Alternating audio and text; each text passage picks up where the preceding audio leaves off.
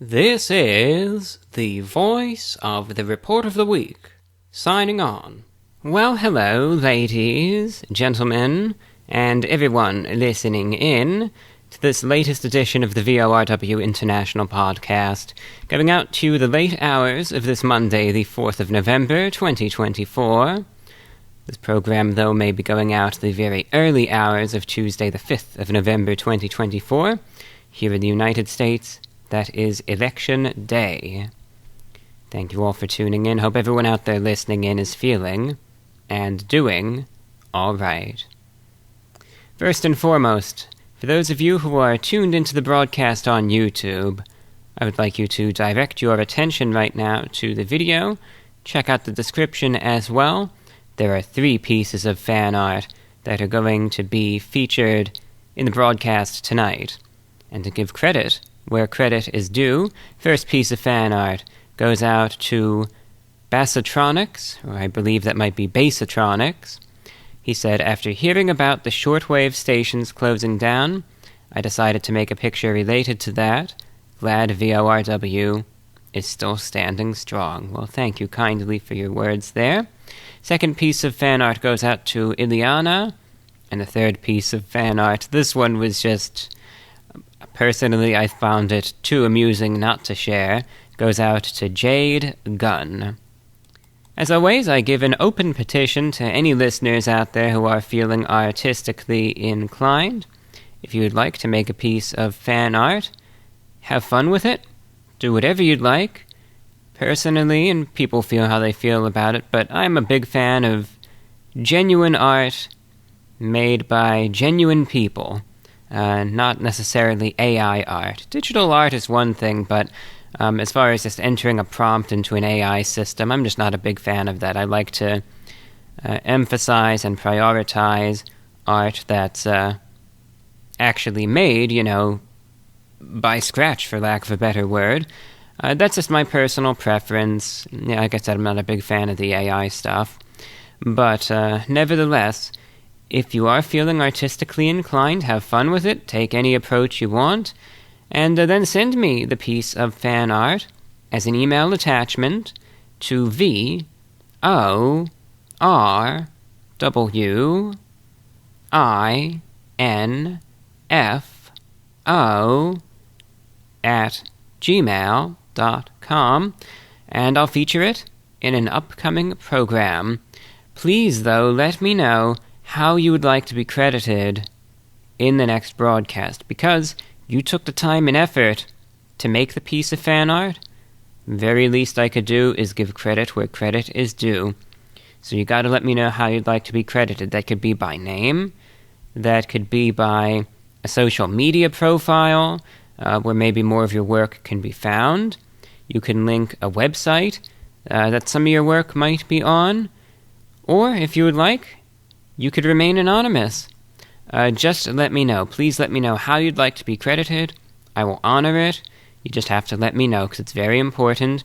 If you do not let me know how you'd like to be credited, by default, you will be kept anonymous. So just keep that in mind. But, just have fun with it. Always some great fan art that comes in, and today's broadcast is no exception to that.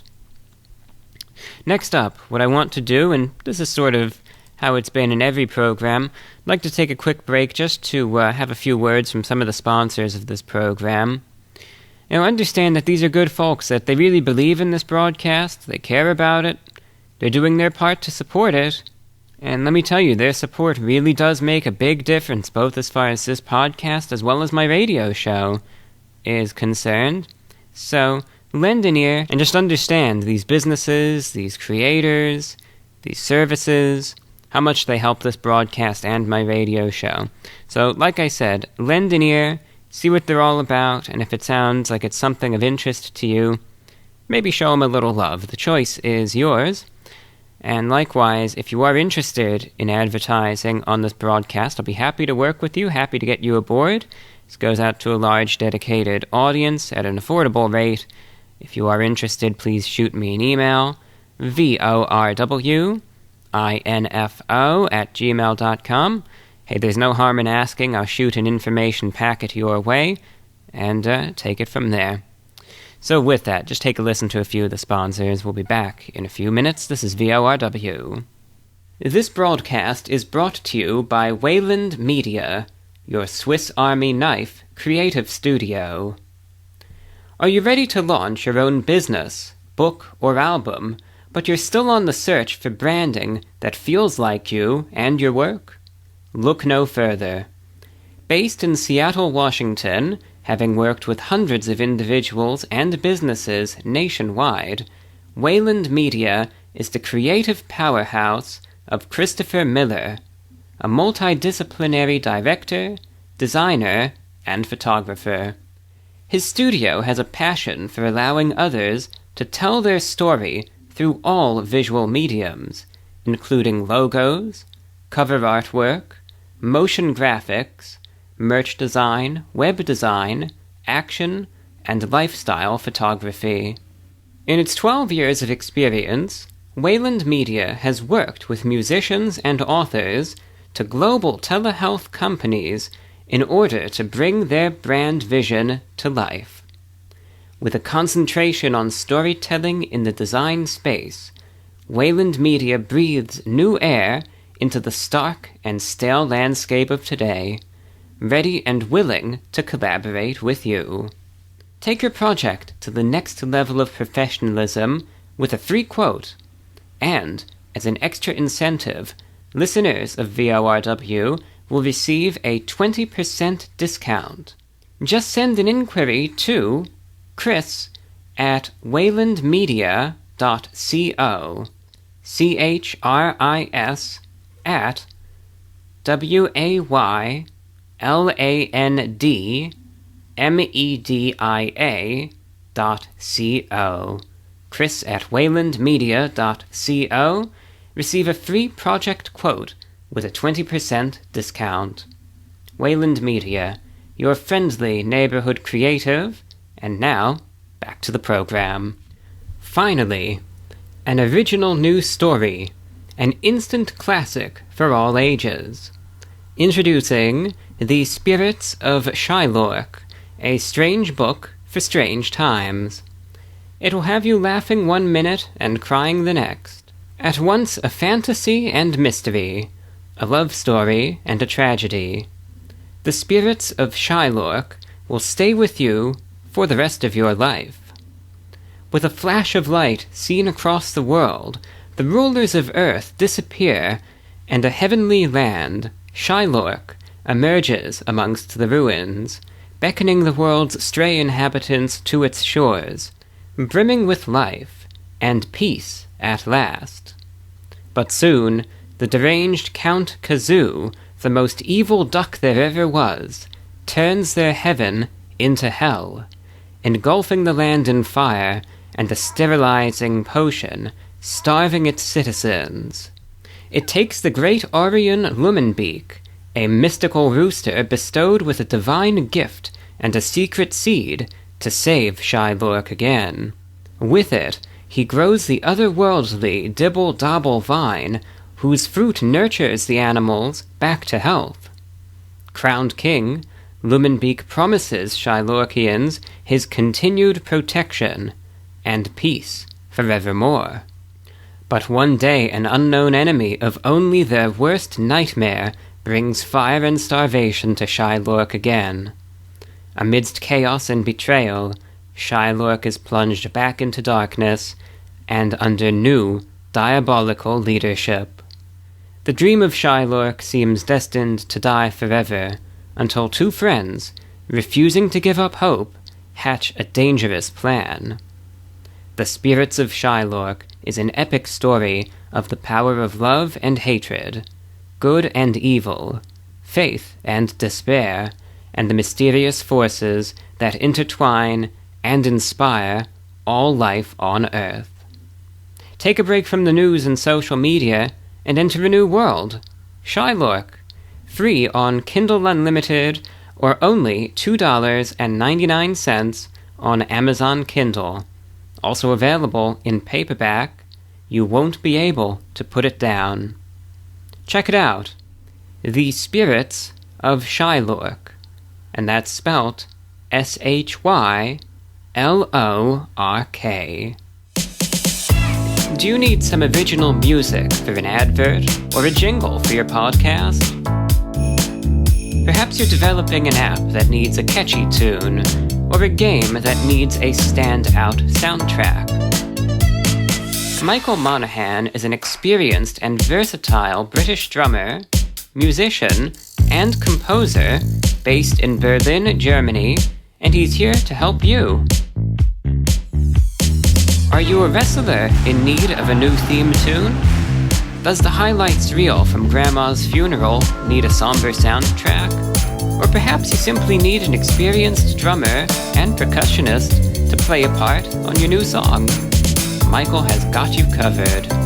From top-rated TV series and blockbuster films to elite fashion ads, Michael's music can be heard in a variety of high-profile productions, including the Netflix hit Heist and Harrison Ford's recent film, Indiana Jones and the Dial of Destiny. Does an elevator near you need an uplifting ditty? Maybe your hotline needs holding music.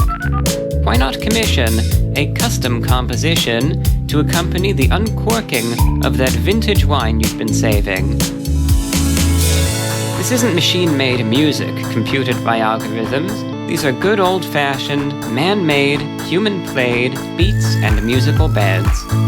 So if you're ready to elevate your project with unique bespoke music, then drop Michael a line today. You can contact him at michaelmonaghan@gmail.com. That's michaelmonaghan@gmail.com. michaelmonaghan@gmail.com. Everyone needs high-quality original music, but not everyone knows it yet. Alright. And as always, I also want to mention that if you want to support this program, you could also send in a donation via PayPal to VORWINFO@gmail.com, or Patreon, that's patreon.com/The Report of the Week. In exchange for any Patreon support, you can access my radio shows on demand, high-quality audio, really thousands of hours at this point of additional programming, right at your fingertips. Lots of extra listening to be concerned there. And that's just my little way of giving back. It's the least I can do, and your support on all of these platforms, like I said, it helps tremendously. Because the radio show that I do, I don't get paid to do it. I actually have to pay to do it. All the airtime that I have is something that I have to pay to get, and those costs really, really add up from one month to the next. But it's worth it, in my opinion. It reaches a huge audience around the world, listeners that never would have even found out about this broadcast had it not have been for these radio programs. And the impact just speaks for itself. I love getting here to the microphone to do it. So, as far as I'm concerned, it is worth every penny and then some. But it's just a way to make sure that, we've got a good thing going, and hey, let's keep it going. So that's why I make all these spiels and appeals and pass the hat around. It's because it has to be done, and I hope you understand that. Now, speaking of radio stuff, I actually have a bit of an announcement, radio-wise. The world of shortwave is dying. It's dying quickly. I think those of you that have listened long enough, you understand that. And this year has been one blow after the next, after the next, after the next to this medium.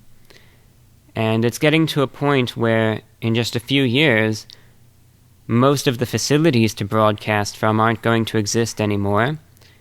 And most of the existing audience isn't going to be around either. I sat here for a moment and I thought long and hard about this, and I decided, you know what? I'm just going to go for it. Because if not now, then when? Because opportunities like this aren't going to come often anymore, and it's going to get to a point where it's just not feasible anymore. So I decided to just go for it. So I'm pleased to announce that there is going to be a new shortwave broadcast of mine coming up. It's going to be transmitted from the station in Issoudun, France. This is the same facility that I used to have the broadcast going that I did to Africa last year and for a lot of this year, and it's a great facility. They have some of the best equipment you can possibly get. I was very impressed by the results of it, and back when I was using their facility, to broadcast to Africa, I was just using 100 kilowatts of power, and I was amazed with their setups, essentially how much they were able to get out of a 100 kilowatt transmitter, and how a shortwave transmitter with that power was able to blanket the entire African continent.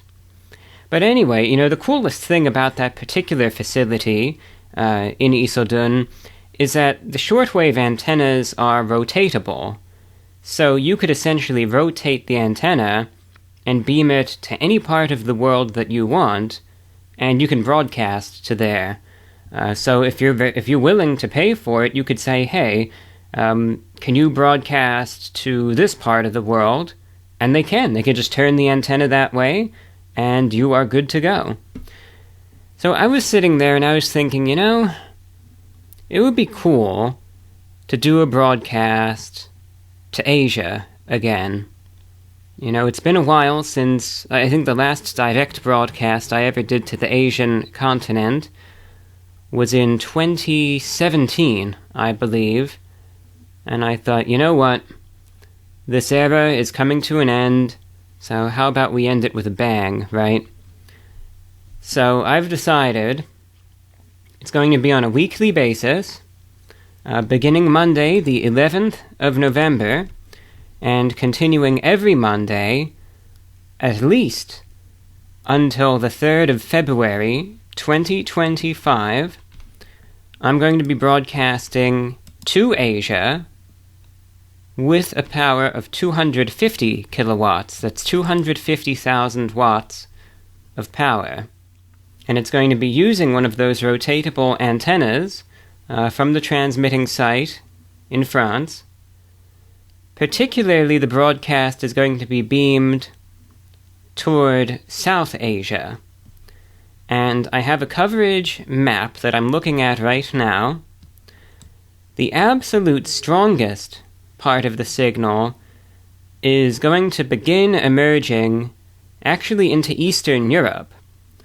So beginning around, let's say the Czech Republic, Slovakia, Hungary, Romania, Bulgaria, all of Ukraine. Much of Eastern Europe will be reached by this broadcast. The signal will be audible extremely strong in Turkey, Syria, Iraq, Iran, and then we continue east into Pakistan, Turkmenistan, Kazakhstan, all of Central Asia. The signal will be very strong across India, Bangladesh, Tibet, Myanmar, Thailand, Vietnam, Indonesia, as well as all of Australia. So that's where the strongest signal is.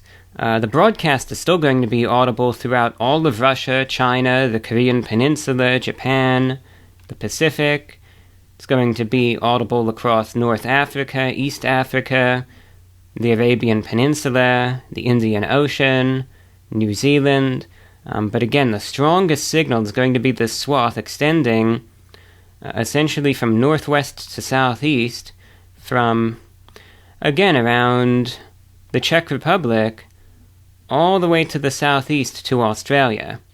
And with a 250 kilowatt transmitter, the signal is guaranteed to make it here. Even 100 kilowatts would do the job, but like I said, this is sort of, an era is quickly coming to an end, and I thought, how many more opportunities are there even going to be before all of these stations close down? So what the hell? Let's just go big this time around, and let's bump up the power to 250 kilowatts. So that's exactly what I'm doing, because who knows when I'll have the opportunity to do this again, if ever. So, I thought to myself, I'm just going to do it. So, 250 kilowatts, and a signal that will blanket all of South Asia, all of East Asia, pretty much all of Asia, and the Middle East, and North Africa, and Eastern Europe, and possibly beyond. Shortwave is a funny thing. You never know where the signal's going to end up. So, I'm doing this just because I want to, sort of as something that I just want to do for the fun of it. It's like, I don't know if I'll ever get this opportunity again, the way things are just sort of closing down so quick now. May as well just do it while I can, because I think a day is going to come pretty soon that this opportunity is never going to exist anymore. I don't want to say as necessarily a farewell to the medium, but, we're starting to get close to that point. And another reason, it's, I think, going to get my broadcast out to an additional audience, many of whom have probably never even heard this show before. And lastly, it's just plain fun. It's just fun. Yeah, it's going to be great. And, of course, with all this promotion, I have to give the time and frequency for anyone who wants to tune in. If you're in the target area, again, if you're anywhere in Asia, Russia, Australia, North Africa, the Middle East, you'll definitely be able to hear it. But even if you're elsewhere, if you just want to try, I can't guarantee results. But if you just want to give it a shot, if you have a radio, may as well just pull it out and see what happens, because you never know. Sometimes, the reception maps can show one thing, but the actual results can far exceed that. Especially when it's high power we're talking about, you never know. So, even if you're in, let's say, Central Europe or Western Europe, or if you're in even just the United States, and you've got a radio and you want to just pull it out and see what you can pick up, see if you can catch the signal, I'd say it's worth a shot, may as well. So here's the information. Like I said, this broadcast is going to air every single Monday, okay? It's 1 hour long, every Monday, starting November 11th, and it's going to go on a weekly basis at least through the end of January of 2025. So, we know the date, every Monday. The frequency is going to be 17,800 kilohertz. That's 17800 kilohertz. I was given my own frequency for this transmission, so it's just me. There's no program before or after mine. They're just turning the transmitter on just for my program. So again, the frequency is going to be 17,800 kilohertz. That is located in the 16-meter broadcast band. That would be 17.8 megahertz. And now for the broadcast time. And this will all be in local time. Though I guess, we'll start with UTC time. It will air at the time of 15:30 UTC. Alright, that's 15:30 UTC every Monday. And now let's go time zone by time zone. That's 10:30 a.m. Eastern Standard Time every Monday. For listeners in London, England, that would be 3:30 p.m. GMT every Monday. In Berlin, Germany, that would be 4:30 p.m. Central European Time. For listeners in Ukraine, where the signal should be excellent, that would be 5:30 p.m. Eastern European Time. In Riyadh, Saudi Arabia, that would be 6:30 p.m. Arabia Standard Time. Listeners in Tehran, Iran, that would be 7 p.m. Iran Standard Time. In Kabul, Afghanistan, that would be 8 p.m. Afghanistan Time. In New Delhi, India, it would be 9 p.m. India Standard Time. In Bangkok, Thailand, that would be 10:30 p.m. Indochina time. And for listeners in Perth, Australia, that would be 11:30 p.m. Australian Western Standard Time. Again, the frequency, 17,800 kilohertz every Monday.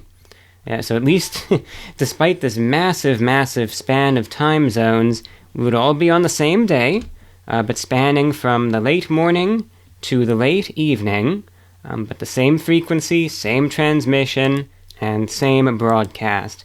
But for most listeners in the target area, it would be in the late afternoon to early to mid-evening. But again, when it's such high power we're talking about, it wouldn't even surprise me if listeners on the East Coast in the United States would be able to hear the broadcast. But especially anyone in Eastern Europe, and then just going east from there, would be able to get an excellent signal. And I'm sorry if I sounded like a total idiot earlier, if I was saying west instead of east. I don't know if I made that mistake, but if I did, I apologize. But nevertheless, I have those times and the frequency posted on the screen right now, so hope you could listen in. Again, I'm just doing this essentially just to do it. Why not, you know? It's just fun to do, and if you are able to tune in and get a signal of the broadcast, hey, let me know how reception is. And if you are in any of these target areas, and maybe you have a shortwave radio, and maybe you've never really been able to get a good signal of the broadcast before, this is going to be, without a shadow of a doubt, your best shot. So, tune in and see what you hear. Program will be an hour long, and again, every single Monday, at least until the end of January, I'll be right there. Again, 17,800 kilohertz is the frequency. Alright, what I wanted to get into next, and you're probably going to sit there and you're going to say, you lazy bastard, you. Remember in the last broadcast, I mentioned there was an instance where I discussed my experience with Hurricane Milton, and I said, well, I discussed it in my shortwave broadcast, and I felt like I couldn't have said it better then, so I sort of syndicated that segment. Well, we've got the election coming up. It's election day now. In my most recent shortwave broadcast, I don't think I could have said it better. Now, the segment that went out on the shortwave was much longer than what I'm going to syndicate here. This is just going to be really a short excerpt of it. You know, on the shortwave, I sort of talked about predictions and things to look out for as the returns come in, certain counties to watch, all this sort of stuff. I'm not going to be including that in this broadcast. Instead, I just want to include a few thoughts that I have about voting. I'm sure a lot of you listening have already voted, but since it's election day, since there's still time to vote, I think this is just something to consider. Obviously, the polls aren't open right now as I'm sitting here at the microphone, but they will be soon, and this is just something to think about, and something to consider if you do decide to head to the polls today. Hey, it's just food for thought. Give it a listen, and that's really all that there is to it. It's just important to me. I think it needs to be said. And now the last thing I wanted to say, and this is the important part. I know there's an initiative these days when it comes down to voting, where people want to get you to the polls and almost force you to vote as if your life depends on it, or something. And that attitude I've never liked, you know, because then it's like, well, wait a minute, I don't even know what's on my ballot, and you're telling me to just go there, or we're all gonna die, or something? And they'll pretty much say, yes, now go vote. Go for it, just do it, go and vote. But it's like, well, yeah, I understand that, but I don't know what's on the ballot first. Just get there and vote. It's always bothered me. I've never once liked that attitude where it's just like, who cares if you don't even know what you're voting for? Just vote! It's like, That doesn't sound right to me. I disagree with that completely. You see, my opinion on voting is that it's a very serious undertaking.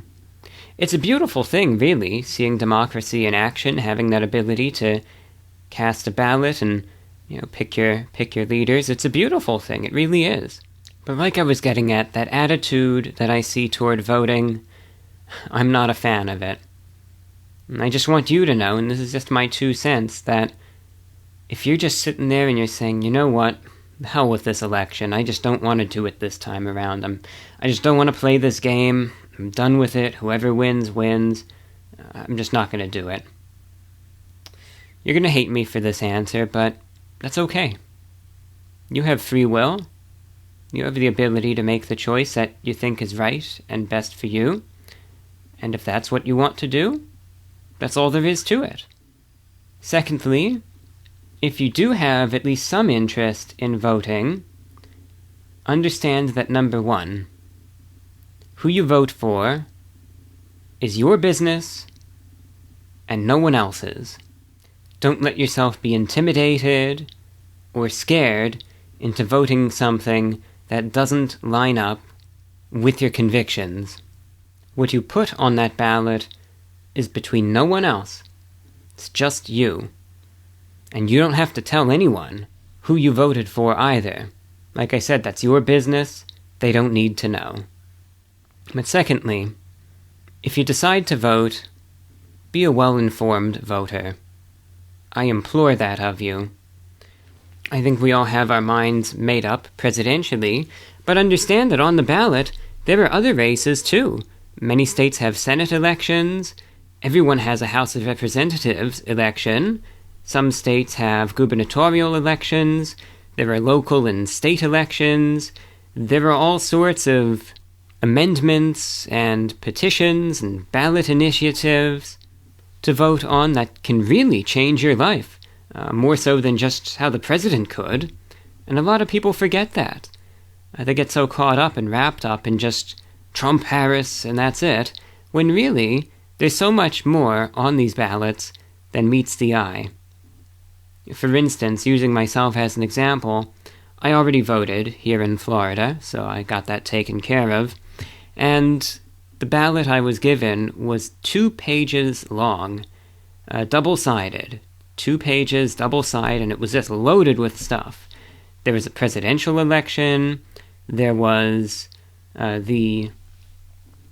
Senate race, House race, there were many judges on the ballot for election. There was an election for a state attorney, state senate. There were some local council seats that were up as well on the county level. And then all of these amendments, there was one about the right to hunt and fish down here in Florida. There was one about tax subsidies. There was an amendment about abortion, one about marijuana, and all sorts of things. And if I just went down there, not knowing what was on the ballot, I saw all these amendments and questions and all these people's names the first time, I would be so lost. And I would be thinking to myself, what? I don't understand what any of this means. I don't know who these people are. I was just really here to just go and vote for the president, and that's it. So, I don't know. I guess I'm just going to fill it in randomly and see what it is, or maybe just vote no for everything and call it a day. And it's like, that attitude is ridiculous, but you see it so many times. Be an informed voter. Know what's on the ballot, know who is on the ballot, and know where they stand on the issues, and whether or not that aligns with your ideals. If you think that their election would bring about a good thing to your area, or not. It doesn't take long to research the candidates. I did. It took me maybe 20 minutes to go through a sample ballot, figure everything out, read very carefully all of those proposals, because a lot of them are very scummy. A lot of them are written in a way that they just want to trick you and confuse you and make you think you're voting on one thing when it's really something else. Just a total mess. So, be well-versed on what's on the ballot and don't let yourself be taken advantage of by these party officials who are just playing you for a useful idiot. You're better than that, so show them that you know what you're voting for. Like I said, we always lose sight of the local elections and just how life-changing those can be. How a mayor election that maybe is only decided by maybe just a couple hundred votes, maybe a couple dozen votes even. How much something like that can change our lives, sometimes fundamentally. And it's especially in those local races where every vote counts. I just beg all of you, if you're thinking about voting, if you haven't already, to just do some research. You could easily find any sort of sample ballot or voting guide online. You can get the plain English version so you know exactly who people are and what all this legalese text that you see in the proposals sections on these ballots actually means. And look at endorsements, look at all that sort of stuff. Just research it. Spend the night tonight researching it. You'll be glad you did when you get to the polls on election day, if that's what you decide to do. At the same time, see if you could bring your sample ballot with you down to the polling place just to double check and make sure you got everything. But that's my recommendation there. Be a well-informed voter, know who and what is on the ballot, stay true to yourself, and vote for who you feel is right, who you think the best person to lead this nation will be. Popular choice or not, just vote for what you, and you alone, believe in. So just a few thoughts on voting and the 2024 election. I'll be keeping up to date on this on Tuesday night. I'll be up pulling an all-nighter. I'll be up into the morning or until I can figure out whatever the likely outcome is going to be. I've got this whole list, like a 40-point list of links for all these sorts of election sites and talking heads and analysts and all this stuff. I'm going to be monitoring this like a hawk. And I'll be up late into the evening, overnight, etc. And we'll just see. We'll see what happens. Just brace yourself. It's going to get crazy. And this week is probably going to be a real crazy one way or another, which is unfortunate. But no matter what happens in this election, no matter how crazy or stressful or depressing it ends up being, one thing you can count on is that I'll be here for you next week, and we're going to break down whatever happened this week together. Dear listeners, I wish you all the very best of luck. We're going to be in for a rough, crazy week, but we're going to get through this one. And life will eventually get back to normal, no matter what happens. Alright, and that was just an excerpt from my most recent shortwave broadcast. Yeah, we'll see what happens with the election. Again, a lot of the signs right now, and I've been openly predicting this. You could go all the way back to January of 2024, and I've been open about this, where I've said it looks like Trump is going to be the favorite for the presidential election. And mind you, this is when he was running against Biden, and now Kamala is the Democratic candidate. But my view is essentially unchanged. I think it could still be close.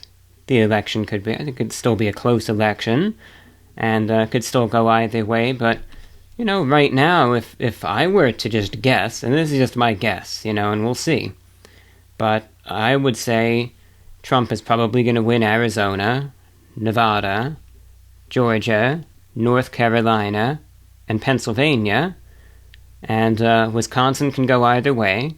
Kamala will probably win Michigan. That's my guess. That's, if you said, all right, lock in a prediction right now, that's what it would be. But I would say the margins upon which those states would be decided by wouldn't necessarily be great, so could it still go either way? Yeah, I think so. It's going to be close, but hey, we'll see what happens.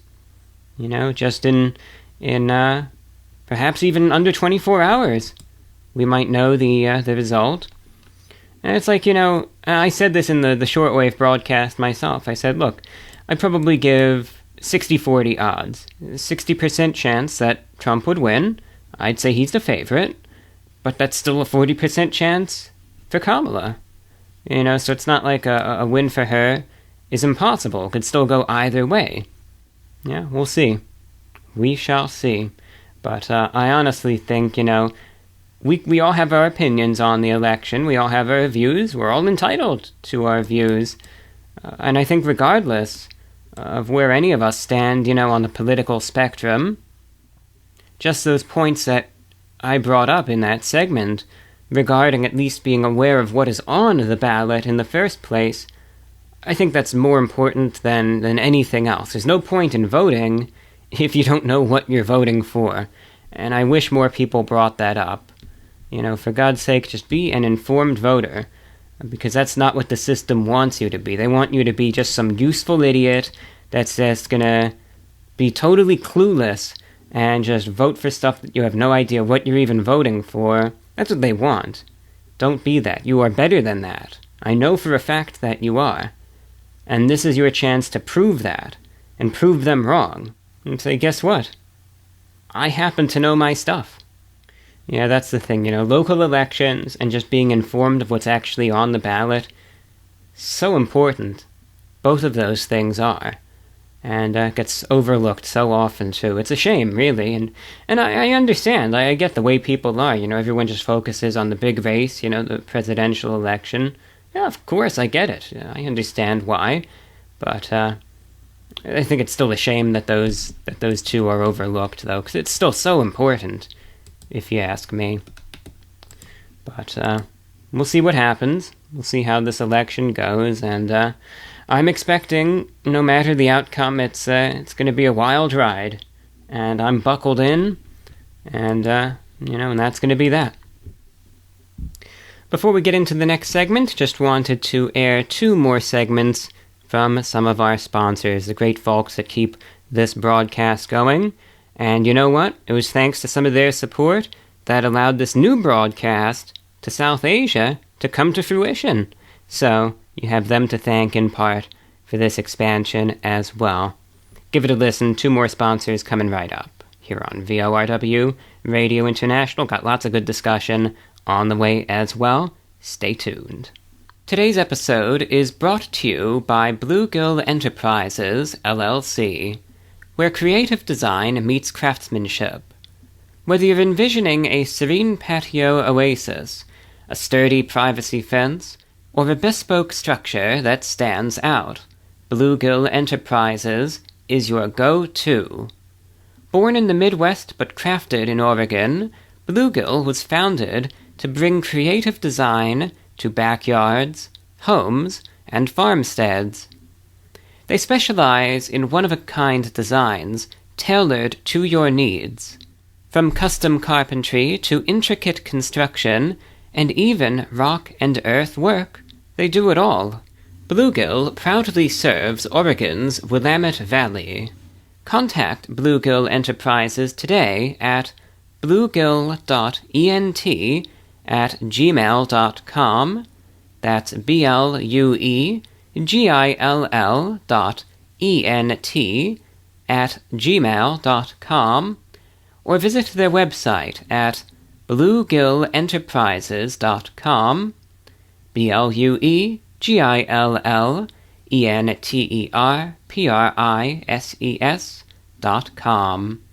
VORW listeners will receive a 10% discount. Just mention the show. Let their expertise and creativity make your dream outdoor space a reality. Check out Drew Buxton's exciting new book, So Much Heart, out now from With an X Books.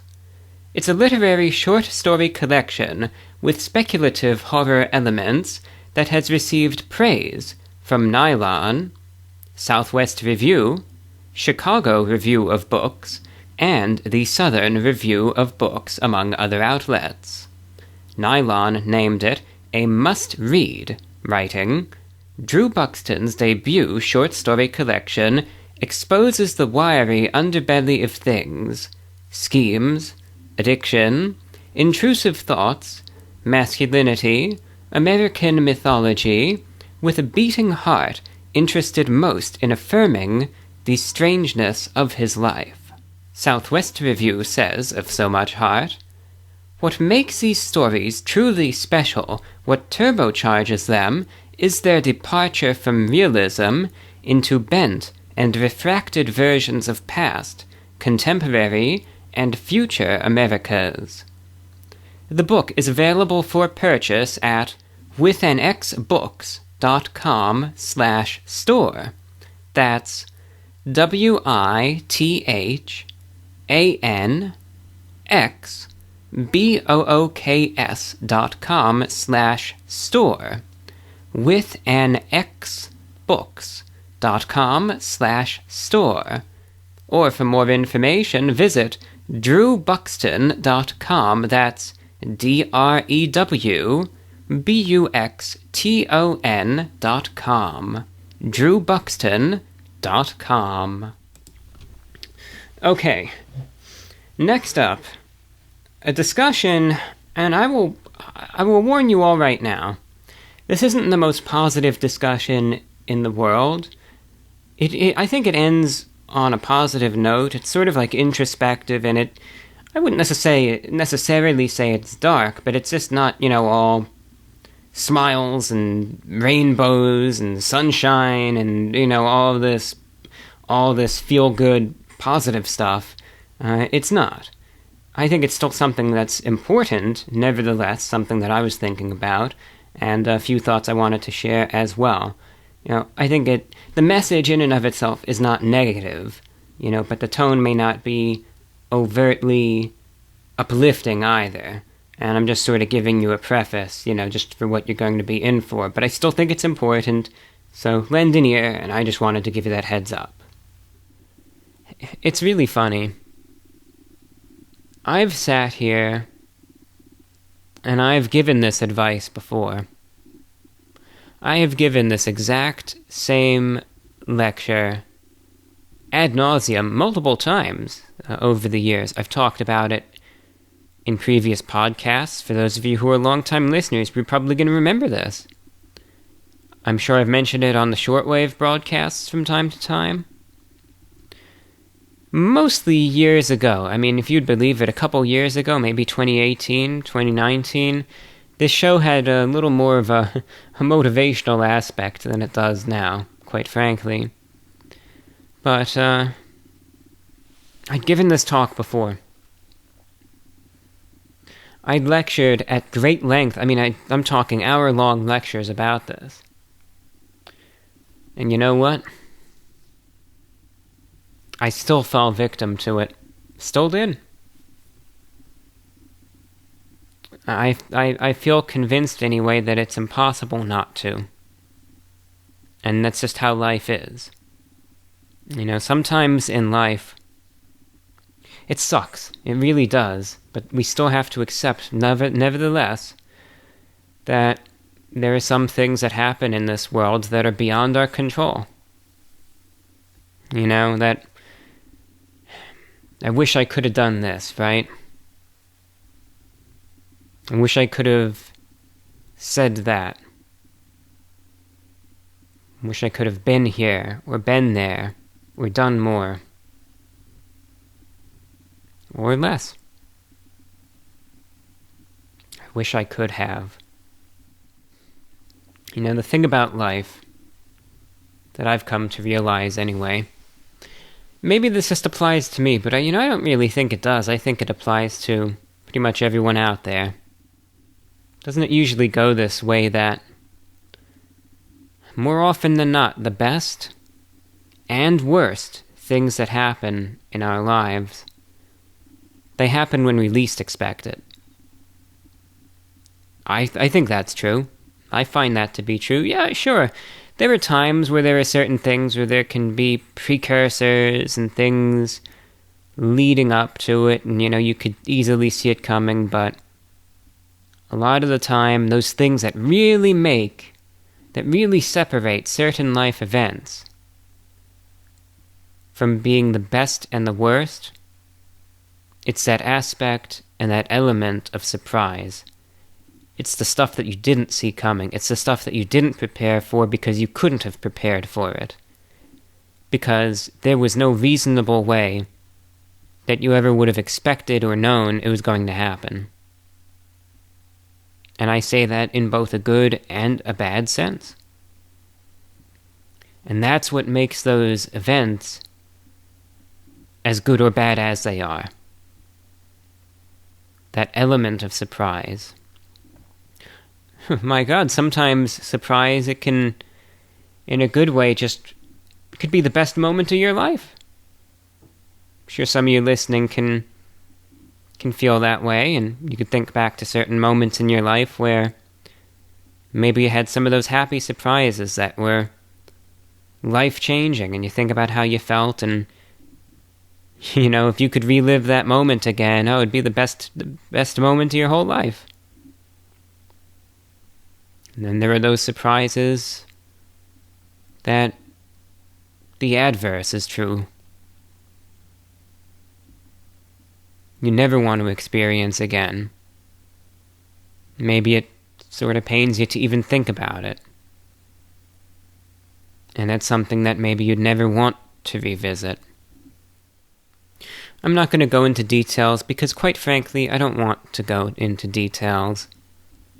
But a few weeks ago, I had one of those moments we were just talking about. One of those surprises, so to speak. And it wasn't the good kind either. Something that you least expected. If you sat down, you thought, all right, what's going to happen today? If you think, you might have a bad day, what's the worst thing you think is going to happen today? It's not even going to be remotely on any list of possibilities. You're not even going to think about it.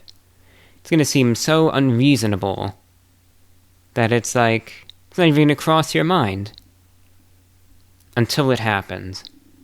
And then it becomes all too real. Those of you that have been in a similar situation, I think you know how it is. It hits you. It hits you, and it hits you hard. And it doesn't stop hitting you either. That's the thing. And it comes in all shapes and sizes, Accidents, illnesses, deaths. You name it. There could be other things too. Sudden, unexpected financial hardship. A day where everything seems fine and dandy, and then everything you worked for just crumbles.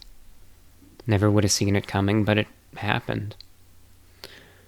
There's all sorts of events that can be like that, but the key element is that you didn't see it coming. You didn't even know it was going to happen until it happened.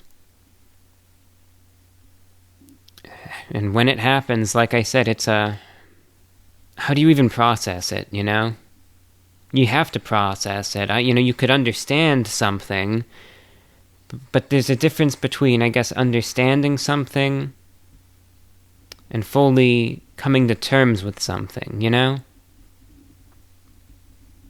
And then, what's even better than that are the what-ifs. That's a nightmare all of itself.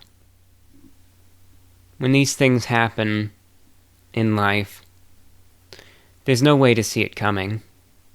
There's no way to prepare for it. There's no way to expect it.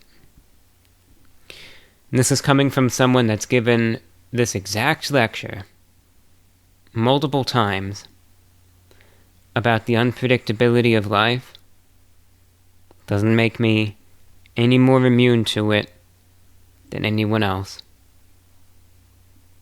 You can be totally aware of the fact that life is unpredictable doesn't mean a thing. It means nothing. Because that's the nature of unpredictability. You aren't going to see it coming. It's the whole point. Something totally out of our hands, out of our control. And once that ball starts rolling, there's a lot of the time little you can do about it. The past is written. The past is set in stone. What happened, happened. The future, on the other hand, has yet to occur. And while we can't control necessarily how life is, for better or for worse, we most certainly can't control these unpredictable elements to it that are going to happen. Doesn't matter how figured out things are for you or anyone else. You know, sometimes bad things happen to good people, good things happen to bad people, bad things happen to bad people, and good things happen to good people. You know, life is how it is. You could be as prepared as you want to be, and you'll still be caught off guard when it happens. Mark my words. But there's one thing that I've hammered home in my previous lectures I'm going to today. And when life ends up being like this, I don't know if it's really going to change anything. I don't know if it's really going to make anything any better. And I'm not saying that this is a cure-all. It's not going to be. But it doesn't make it any less important. What I'm about to say, we're only human. There's only so much we can do. To expect this 24/7, to even try to execute it 24/7 is essentially an impossibility. But to be aware of this, even if it's just periodically, that's what counts. And here's my advice. Understanding how unpredictable life can sometimes be, for better or for worse. To the best of your ability, and this is where I said, to the best of your ability. You can't do this 24/7, 365, but even periodically, even that counts. Try not to take the people, the places, and the things that you hold most dear to you for granted. Like I said, that's a whole lot easier said than done. But to the best of your ability, maybe even just periodically, take a moment. Just take a moment to sort of step back from life and look around you, look at everything. Take a moment to examine and appreciate the things, the people, the places that give your life meaning, that give you that happiness in life. And if you're able to, from time to time, maybe let them know. If it's people, if it's loved ones, friends, family, from time to time, at the very least, just let them know that they're appreciated. Even something as little as that can be so powerful. We do a little something here and there to show your appreciation. You know, let's say if you have some pets and, you know, they are what bring you that spark and joy in your life.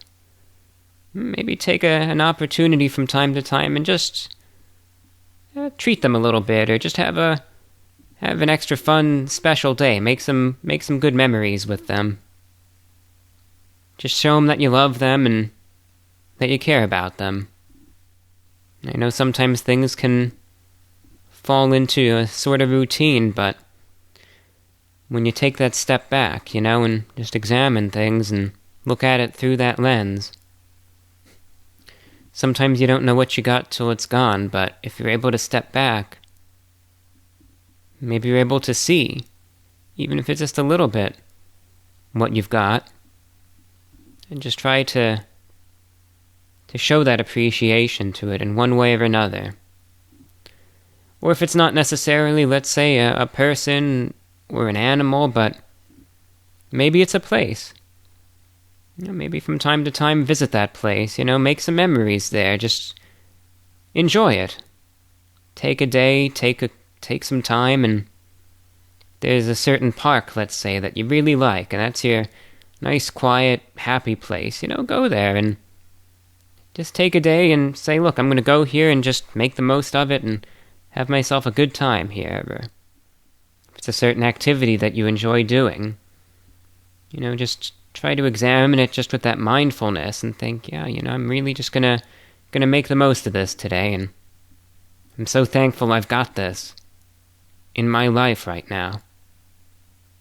So thankful for it.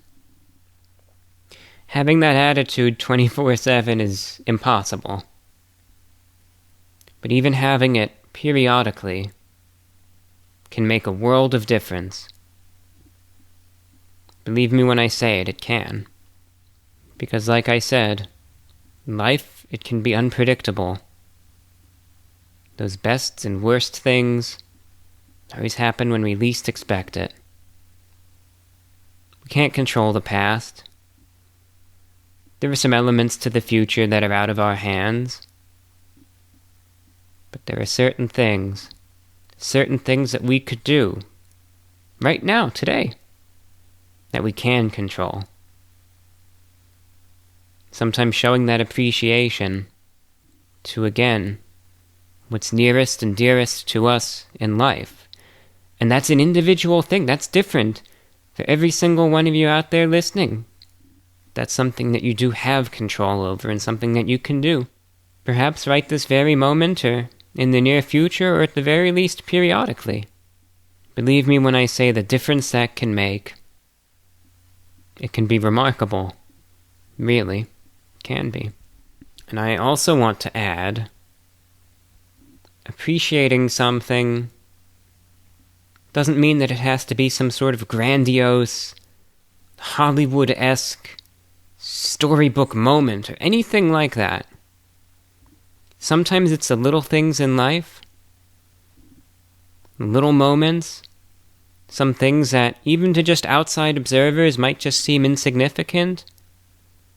Sometimes it's those smallest moments that can have the greatest impact. It can be the most memorable, the most special, the most valuable, the most important. Don't lose sight of that. Sometimes those smallest moments, those simplest moments, are the most beautiful in life. And one last thing that I wanted to mention with all of this is that if life gets rough or hectic or crazy, don't forget to take care of yourself too. I know that's easier said than done, but as best you can, just remember to take care of yourself as well. Try to keep your head up, just try to hang in there, stay strong. Even just simple things, just remembering, even some things, like if life gets really crazy, certain things, like even just remember, basic personal hygiene, something like, all right, did I take a shower today? Did I get my teeth brushed today? Did I remember to eat? Make sure you stay hydrated and, well fed, and, you just try to maintain that sort of routine, that sense of normalcy to the best of your ability. And, make sure that you're keeping track of your mental health as well. There's no shame and no harm whatsoever in, let's say, going to therapy. If you think, being able to talk things out, get some stuff off your chest, get some, advice and all of that can help. Hey, there's no harm in that. It's very important at the same time, no matter what, to just take care of yourself and, be strong and just keep your head up. And we can't lose sight of that either. So, I just wanted to mention that as crazy as life can be and how unexpected it can be, it's important, to the best of our ability that we can take care of ourselves too, because that is a variable that, at least for the most part, we can control as well, and we can't lose sight of that either. And that's all that I really wanted to talk about today. Because of everything that's been going on, it's been hard for me to be able to keep up with emails, both for the radio broadcast and the show. I've fallen so far behind because it's just... There's just so much else that's been going on, and there's only so much I can juggle to begin with. It's, the way it is for me, like I said, I don't really talk about this much, but my energy levels vary, deal with all sorts of things, and sort of juggling all this stuff when there isn't a crisis of sorts going on can be taxing as it is, let alone when something else happens. I sort of have to refocus, I guess, my priorities, and certain things get put on the back burner for longer than I intended, for instance, this show. And as a result, also, the emails got really piled up. I think I'm behind on, a lot of you wouldn't even believe how many I'm behind on. It's probably 1,700 to maybe 2,000 emails that I've yet to really get to. And as a result, I'm going to miss so many questions and comments. Like I said, I really just wanted to do this show really just for the sake of this opening lecture. And I'm just going to respond to a small handful of emails and then get this out. But,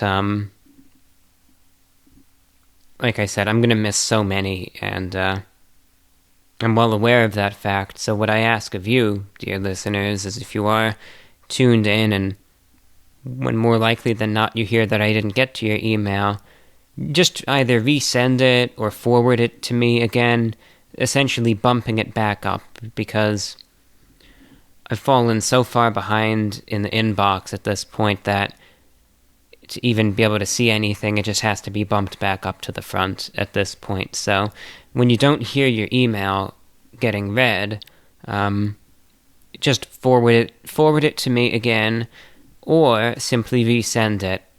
And don't worry about anything. It's not a nuisance. It's not annoying. I'm explicitly asking this of you. So, like I said, that's how, if you want yours to be read, that's how it will be able to get done.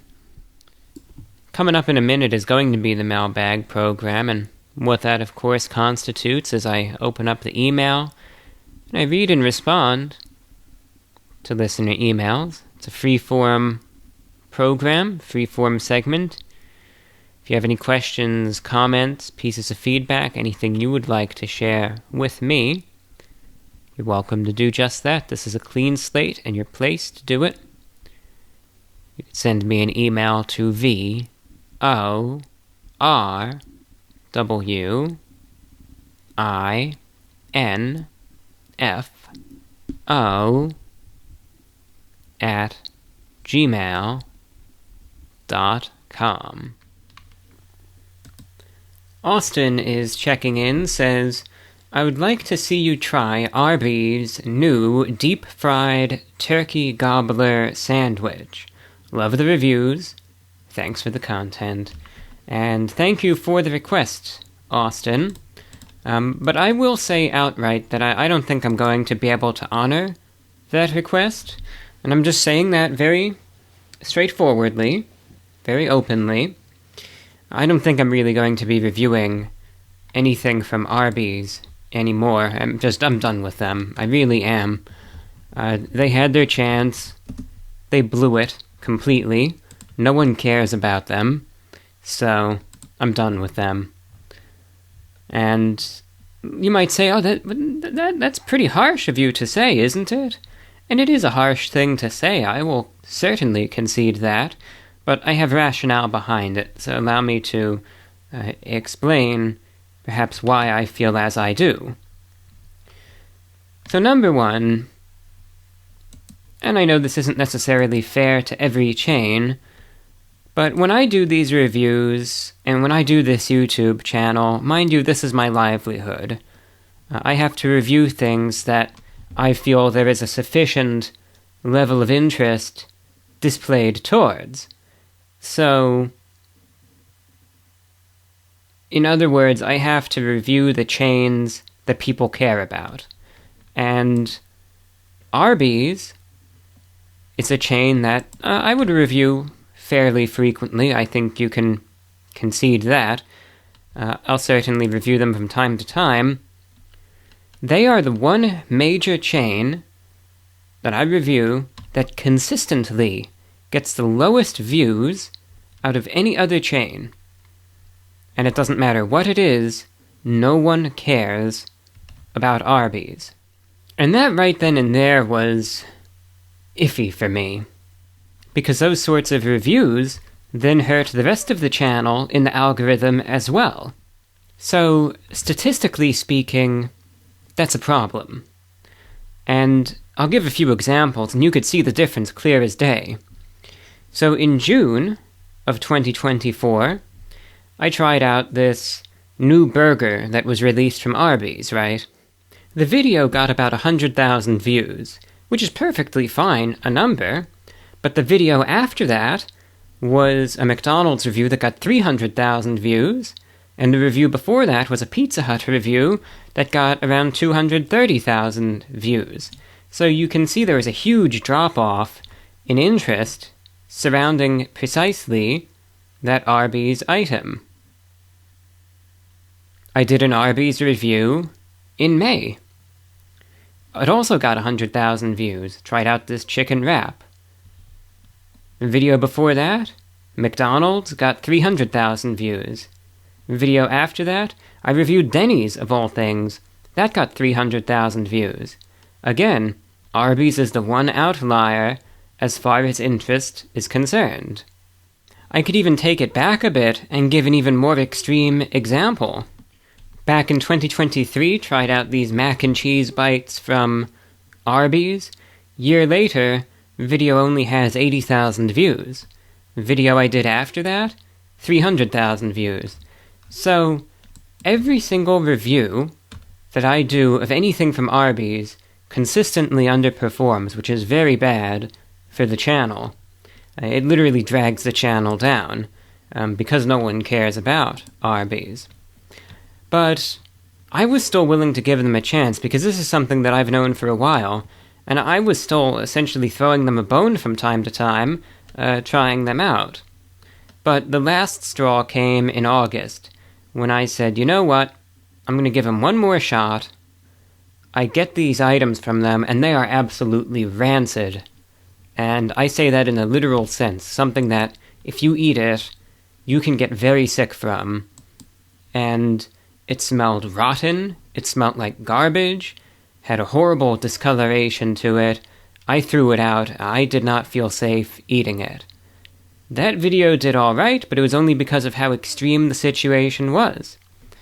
And also, all the Arby's in my area have been closing down. There's never any line for any of them. Like I said, they're all closing down. And then the one that's open serves me food that could very well send me to the hospital for all I know. At least it looked like it could have. I didn't test that hypothesis of anything. So, I can't review anything from them anymore. You know, what's done is done. I mean, if there comes a time where another Arby's opens up or something, or there's one close enough that I actually feel safe getting food from, and there's some sort of item that has absolutely extraordinary demand for it, then maybe I'll try it out. But otherwise, as far as I see it, it's just not worth it. But thank you for the suggestion, and I'm sorry I can't really go ahead, I suppose, with your request, for lack of a better word, but thank you nevertheless for sending it in. Richard checks in, says, I wanted to reach out to you, let you know about a bizarre cryptid we have in Pennsylvania. It's mountain lions. Now, you might be thinking, what? Mountain lions? We already know mountain lions exist.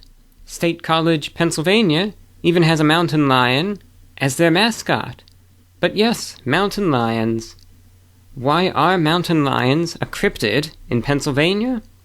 Well, because according to the Pennsylvania Game Commission, mountain lions do not exist in Pennsylvania.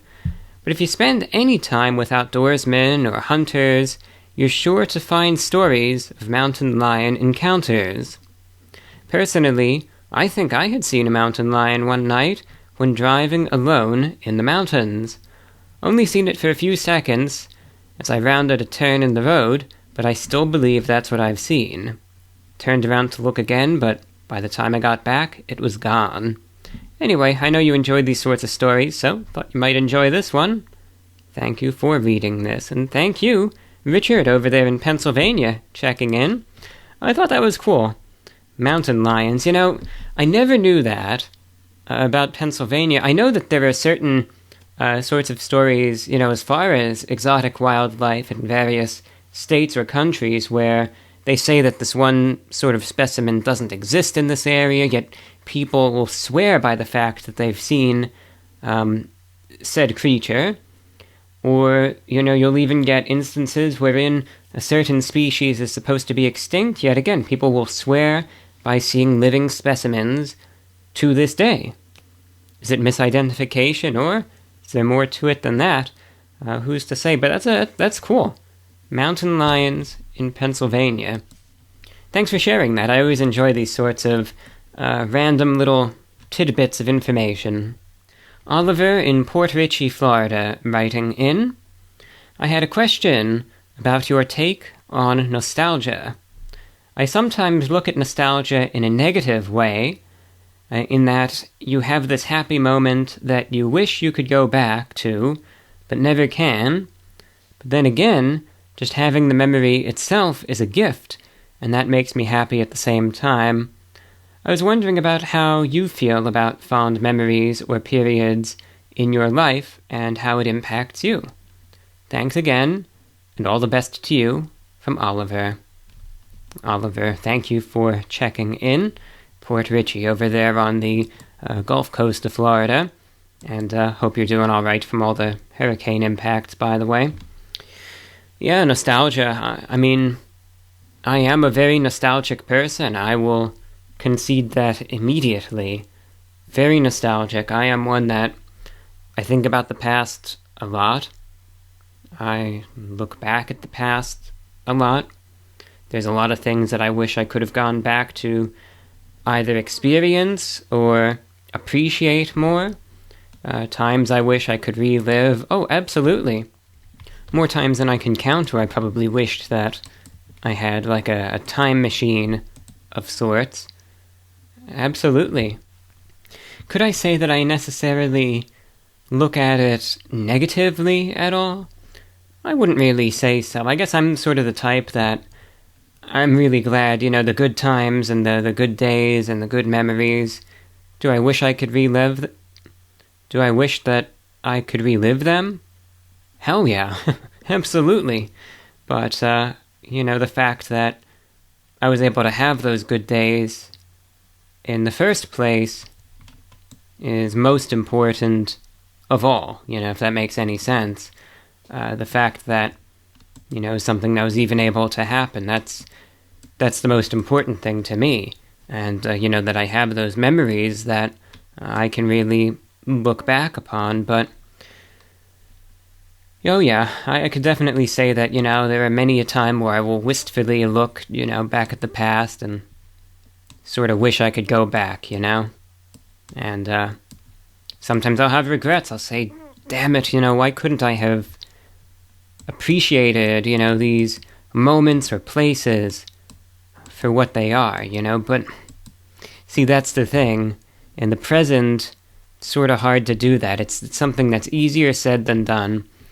And, I try my very best to take things in and, live life to what I define anyway as the fullest. A lot of people would say, oh, you live an absolutely pathetic, pitiful life, but, it's a subjective thing. It's like if I think that, I'm taking life in as best I can, I mean, hell, it's it's my life, and that's what works for me.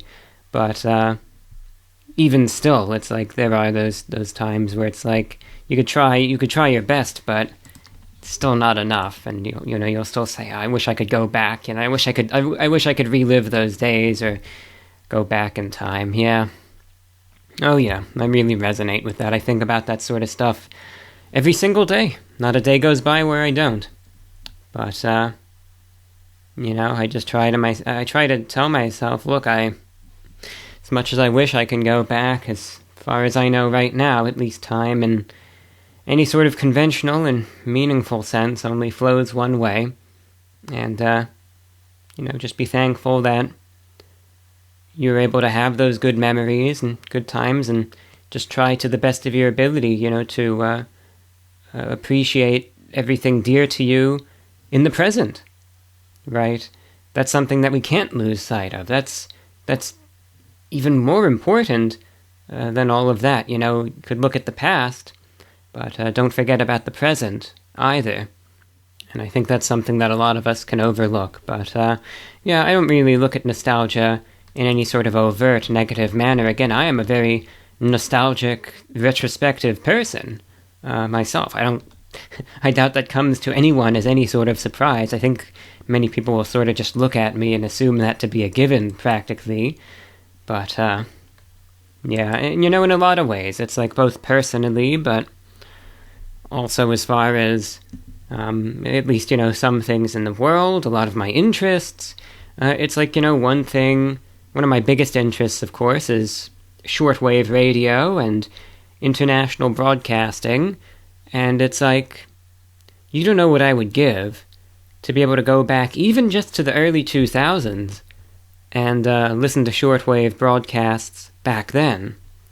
It's like, I don't think some people understand how much the medium has declined in just 20 years or so. And to really illustrate that, this was something that blew me away. It's like, I knew there was a huge decline, but just seeing the actual number and seeing the raw data, it just blew me away. And I was thinking to myself, I was just like, whoa. Where back in the 90s, right, shortwave radio was still used on an extremely extensive basis, especially in the developing world. So back in the 90s, there was a record kept by, some radio listening groups and enthusiasts. And in South America, so mind you, we are just talking about one continent alone. In South America, there were almost 900 active shortwave stations. 900! I mean, that's more than even I, as what I would consider to be a very avid radio listener, can keep track of. 900! And like I said, that's just in South America alone. That's excluding Central America, the Caribbean, any of that. Just South America. 900 shortwave stations. How many exist today? In the entire continent? You'd be lucky if there's maybe 40 to 50, and that's it.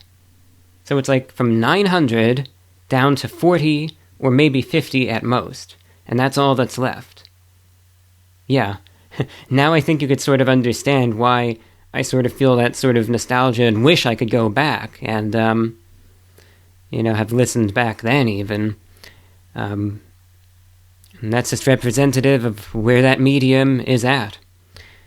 It's on death's door at this point, and nothing's going to change that.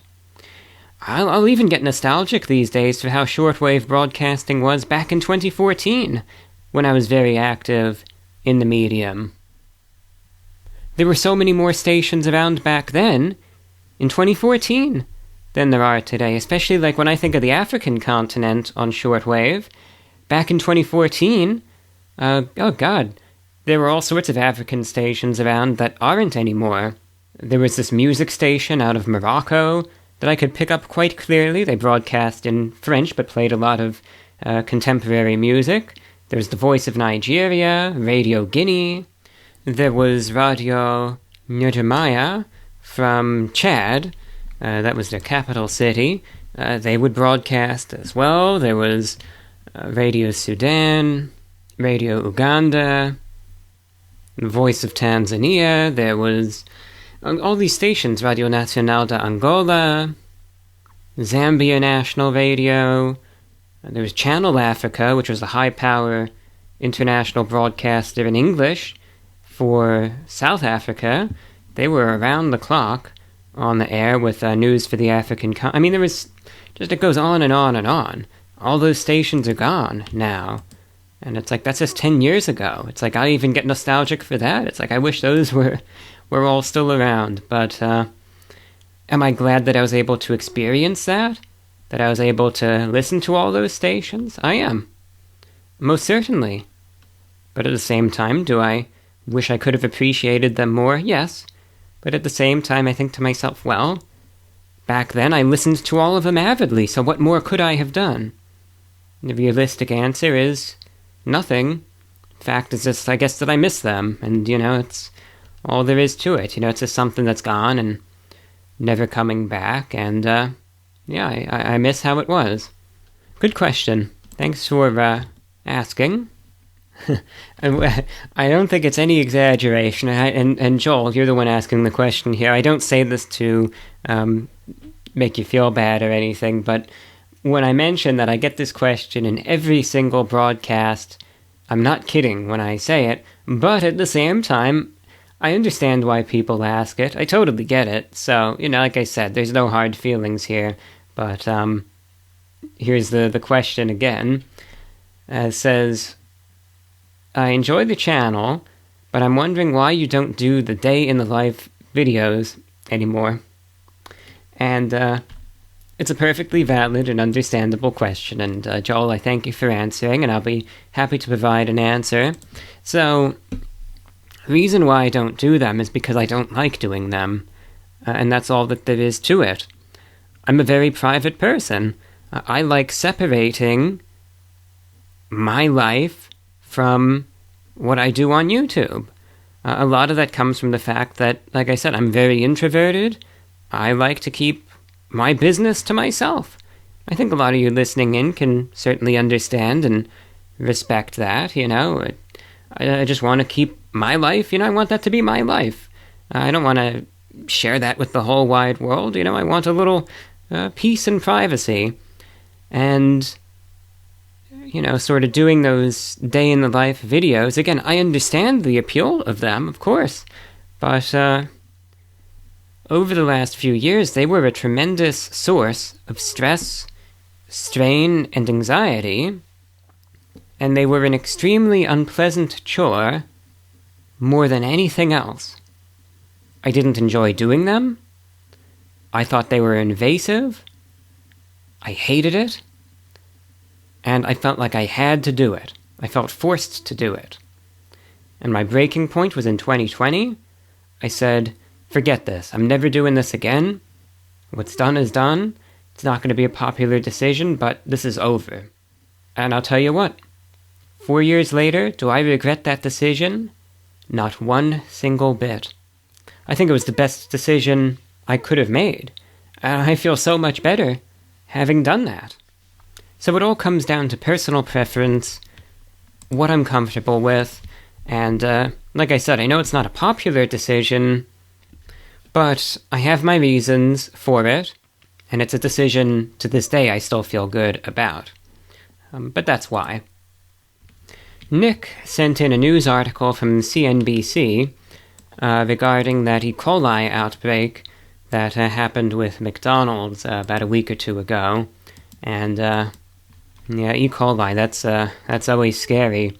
There was initially a lot of concern that it was regarding the beef, so a lot of people thought it was the quarter pounders, but it turned out that it was actually the onions that were used on the quarter pounders, and I think it was something to do with the supplier, so that's where the E. coli was coming from.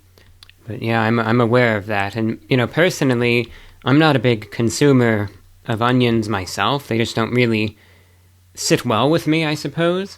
So I don't really have much to worry about there. But still, those sorts of E. coli outbreaks are always... It's scary, and it's really sad, that at least one person died, a number were hospitalized, just from going to McDonald's. It's scary stuff.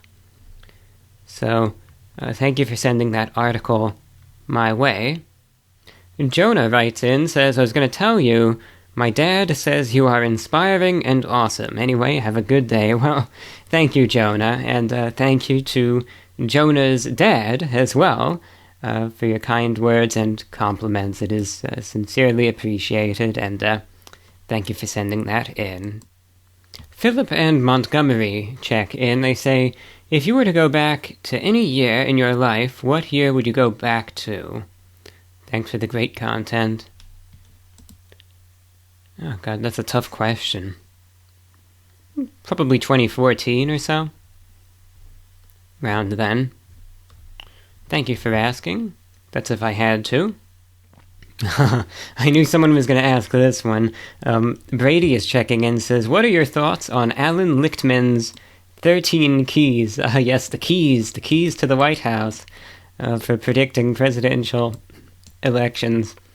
He has a pretty good track record, so I'd love to hear your take on it. Brady, thank you for writing.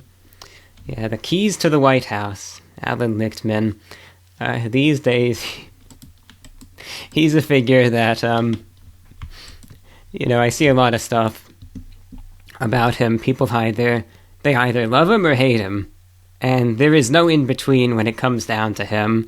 He is either this sort of political savant of sorts, or people will just say, oh, he's just he's a partisan hack. Now, regardless of the keys themselves, it does need to be understood, and this is self-admitted from Mr. Lichtman himself, that personally, he does lean strongly to the left politically. So, you couldn't necessarily say that he's, just this impartial moderate. He certainly, and of course the guy's entitled to have his views, and you can't fault anyone for feeling however they feel, one way or the other, about things. But, he definitely leans a certain way. Some people will say, though, that his political leanings can therefore influence, the 13 keys and the methodology regarding them.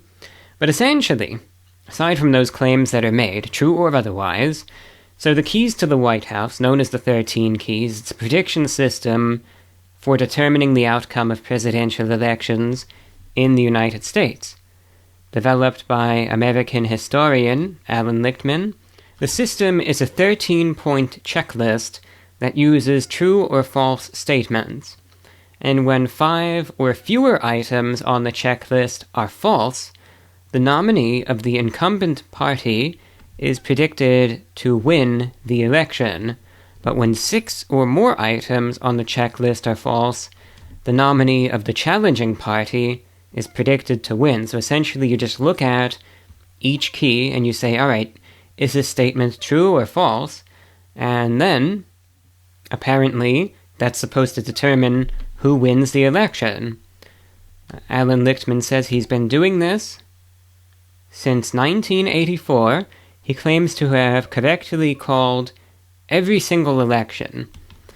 Although, and I want to be careful with my words here, but there were some issues as far as 2000 and 2016 are concerned, but, we've gone through that many times before, and Mr. Lichtman, has various answers to that. But as far as what the keys themselves are, regardless of all the years or anything like that, we could even go through them right now, and this is the thing. There is a degree of subjectivity to them. So the first key is party mandate. After the midterm elections, the incumbent party holds more seats in the U.S. House of Representatives than after the previous midterm elections. Well, right now I would say that's false, because the House went to the Republicans in 2022. The second key, no primary contest. There is no serious contest for the incumbent party nomination. I guess you could say that's true, but then again, you start getting the subjectivity. You could say, well, the whole nomination process this year for the Democrats was a unique circumstance. But suppose there really wasn't much of a contest there, so okay, we'll say it's true. Key number 3, incumbent seeking re-election. The incumbent party candidate is the sitting president. No, that's not true. Biden is the sitting president, and Kamala is running for the incumbent party, so no, that's false. Key number 4, no third party. There is no significant third party or independent campaign. Now this is where things can get a little subjective, because even after RFK dropped out, you'll still have people say, yeah, but RFK, he is pretty big, and even before that, people were saying, no, I think that key should be false. I think popularly, though, that key was marked as true, and that led to a lot of debate saying that that's all subjective. What do you define as significant third party? Key number 5, strong short-term economy. That's also subjective. You're going to get people that are going to say that's true and others that are going to say that's false. Matter of interpretation. Key number 6, strong long-term economy. Again, same story. You're going to get people that are going to say absolutely, and you're going to get people that say absolutely not. Key number 7, major policy change. The incumbent administration affects major changes in national policy. This is, I feel like and I'm not even trying to. What constitutes a major change exactly? Who knows? Key number 8, no social unrest. There is no sustained social unrest during the term. Well, it's not like 2020 when there were riots all over the place, that's true. But, you had some people that, again, there were mixed reactions to this key. There were people saying, well, what about all the Gaza protests? And some of those got really iffy at some of the colleges and universities, and it is sustained. Others say, no, that's nothing. So again, people are split on how that key would go. Key number 9, no scandal. The incumbent administration is untainted by major scandal. Well, when everything is so politicized, what do you even consider to be a major scandal? Again, people are going to interpret that differently. You're going to have half the country that says true, and others are going to say it's false. Definitively. Key number 10, no foreign or military failure. And like I said, this is also up for debate, because you're going to have people that are going to say the Afghanistan withdrawal was a major failure, and other people will say, no, it's no big deal. Key number 11, major foreign or military success.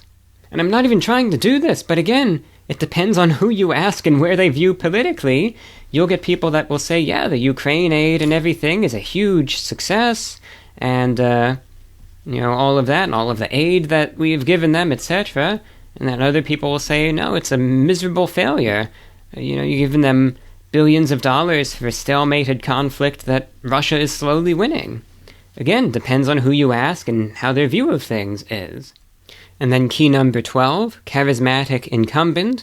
The incumbent party candidate is charismatic or a national hero. Well, with Kamala, people either love her or hate her. And then key number 13, uncharismatic challenger.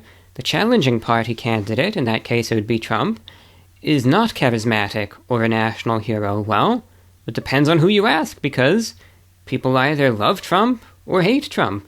You're going to get varying answers to that.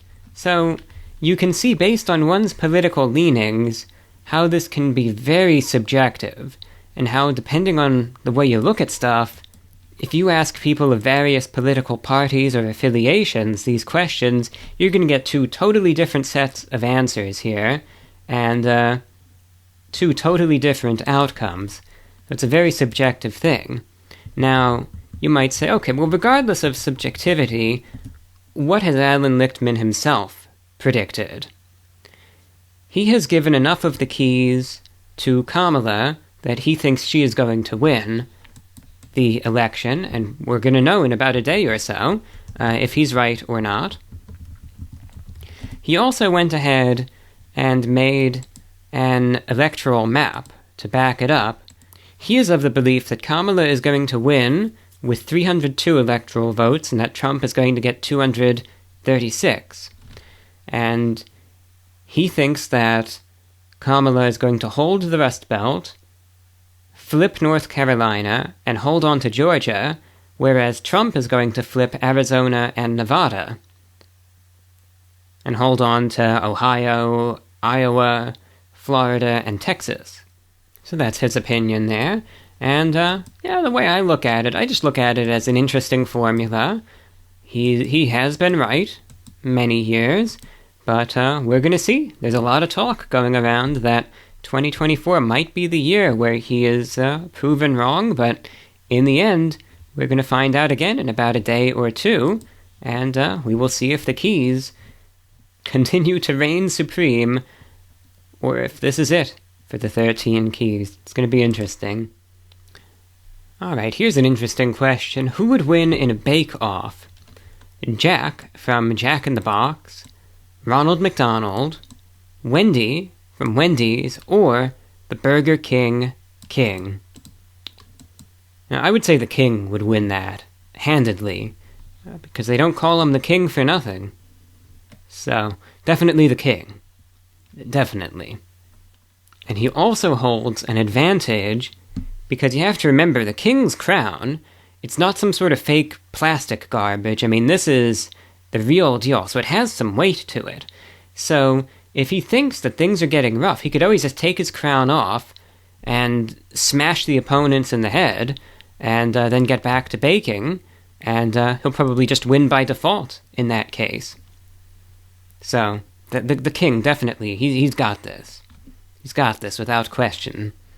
Well, we have this one email. It's not much of a question, but it is some kind words. From Chris in Rhode Island. Said, just wanted to drop you a note. Thank you for the newest podcast. They really mean more to me than you could imagine. And also, I wanted to tell you that I'm sorry you were having a difficult time. I know we don't know each other, but I hope you can take comfort in knowing that I, and others, take comfort in you and your broadcasts. Anyway, thanks again. May the last part of the year end on a bright note for you. From Chris in Rhode Island. Chris, good to hear from you. It's a name I recognize, and great to have you listening in. Happy to say that so far things are getting a bit better. It's been rough. It really has been. This last month or so for a variety of reasons. Another thing, aside from personal stuff, the hurricanes, all that, one thing that I also deal with that I really don't want to talk about much is, aside from everything else, I have a diagnosed panic disorder, and, for those of you that get the full-blown panic attacks, I get those too, the ones that are physical completely, not really psychological, but in my case it's all physical, and those have been really severe over the last month, where it's like, they'll happen at the most inopportune times, where everything's going great. There was one that I got, a couple weeks ago, that was so bad, it sort of, I didn't feel right for a good week after the fact. I was just sitting there, and one thing, I'll be open about this, I don't want to talk about it too much, but I'll be open about it, is that I've always had anxieties. I've always had social anxiety, generalized anxiety, all that good stuff. But I thought I understood what panic attacks are until I actually got one. I thought, for the longest time, that it's like, oh, it's just like, when my anxiety gets really bad or something. No, that's not the case at all. That's a totally different thing. Hell, I would like to have the worst anxiety any day of the week over one single panic attack. The name, I think, gives it too much... The name is too kind on it. It makes it sound like it's just no big deal. And, the truth is that it really is just your body, sort of, it's all messed up, and it's just overdoing it with the fight or flight response, and it's invoking this physical reaction over nothing, but it's a physical reaction. And, an actual full-blown panic attack isn't so much anxiety, but it feels like a genuine health emergency. At least that's how it is for me. And like I said, there was one a couple weeks ago. I was sitting there, I was getting ready to fall asleep. I was winding down. It was a decent, productive day. Nothing bad happened. Getting ready to go to sleep. And then all of a sudden, my chest starts tightening. I start struggling to breathe. I can't even breathe normally anymore. I have to breathe manually. And even then, I'm just sort of barely gasping for air. I feel like my chest is tightening. My heart rate skyrockets to like 150, 160 beats per minute. I lose all sense of feeling in my arms and legs. They just become numb and tingly. I almost feel like I can't even move. Like I'm almost statuesque. Like I barely have even the capacity to move. Started feeling extremely depersonalized, tunnel vision, and starting to get more and more detached from everything. All this going on simultaneously. And yeah, that is what a panic attack is. You are just completely merciless and down for the count when that happens. And the one that I had when that happened, again, I was getting ready to go to sleep, just a normal, average, regular day, and then this happens. And this was one of the worst ones I've had. It was so bad, as a matter of fact, that actually the muscles in my chest had constricted so much that some of them actually tore, and left me with these persistent, chest pains for probably 4 or 5 days afterward consistently. At first I almost thought that something happened to my heart, but I was able to feel around and come to the conclusion that it was all on the surface, and that it was a torn muscle that has eventually recovered for the most part, but I didn't feel normal after that for days at that point, and it's horrible. But that's another thing I have to deal with, and like I said, panic attacks and anxiety are very different from each other. They have a correlation, but they are two different things completely. Like I said, in my case, there really aren't any triggers. They just happen anytime, anywhere, for any reason. It is hell. I wouldn't wish it on anyone. But I've had them so many times now that at the very least I just sort of tell myself, well, here we go again. Let's enjoy. And that's about it. The first one, for those of you that deal with them too, I think you all understand, the first one is always the worst. It's like, what is happening to me, But then you sort of get used to it, I guess. Not that you ever really get used to the feeling, but, you sort of know what it is, and that helps to an extent. But, there are all sorts of things that you can do. Of course, there are medications out there that can help, particularly benzodiazepines, which, there are risk factors as far as, the addictive potential is concerned for some, but, those can really help. Other people, find as far as medication goes that, certain SSRIs and whatnot, work best for them. Again, it's an individual thing. There's certain things that work for certain people. Others prefer, no real medication, and there are sorts of breathing techniques, meditation techniques. There's cognitive behavioral therapy that can help. In the moment, there are certain things that can help snap you out of it. Certain, like I said, breathing exercises. Or sometimes you can take some ice, you can clutch it, you could put it on your neck, those sorts of things that could sort of shock you out of it. Or some people say if you take a cold shower and just hop right into it, sometimes that rush of the cold water can really help.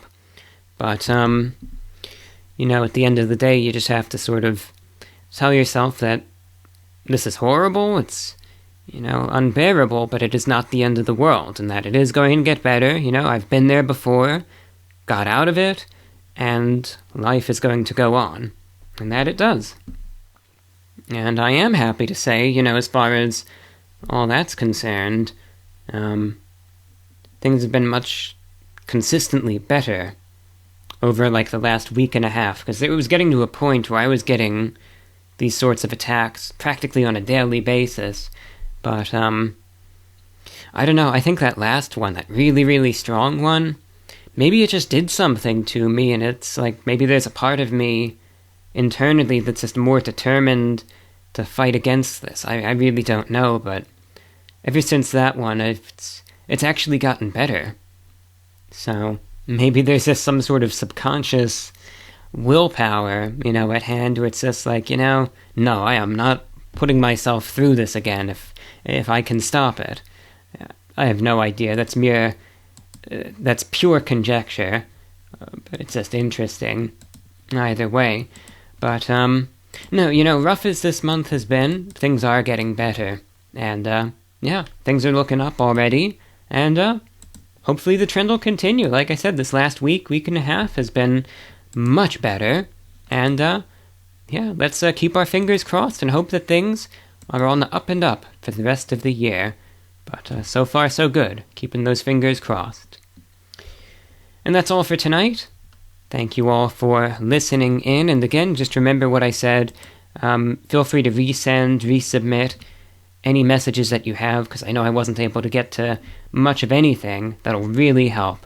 So just resend anything if it didn't get through in this program. And that's all that I have for you tonight.